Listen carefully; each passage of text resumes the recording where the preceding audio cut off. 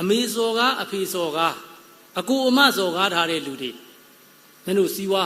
ဘာ management တဲ့ဘာလုပ်ကြိုက်တဲ့ဘာသာနော်ဘာသာကြားတွေလည်းဥအောင်ပြောပြမယ်လေဖះမွေးတာလားအမေကမွေးတာလားအမေကမွေးတာလေအဖေကမွေးတာလေကျေးဇူးရှိတယ်ထိုင်မကြော့ခြင်းနေကျေးဇူးဆက်ဖို့လူနော်အကိုကြီးအမကြီးနော်ကိုမွေးစားအမေဖေငငယ်ရဆုံးသွားတယ်ကိုကိုဘသူစောင့်ရှောက်ခဲ့တာလေ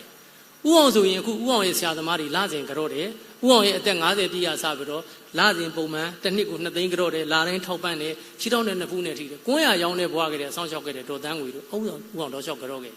ခဏအချိန်ဒီ59 58နှစ်တိုင်းသိန်း10ချီပြီးဥအောင်ကြော့တယ်ပြီးရင်သူတို့တရားစခန်းဝင်ခိုင်းတယ်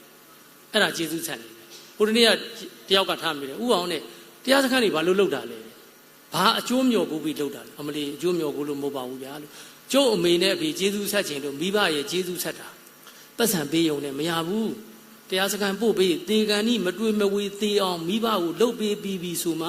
မင်းတို့အဲ့ဒါတာဝန်ချေမှာဥအောင်ကတော့အမေတို့အဖေတို့ကိုအဲ့လိုလှုပ်ပေးခဲ့ပါနော်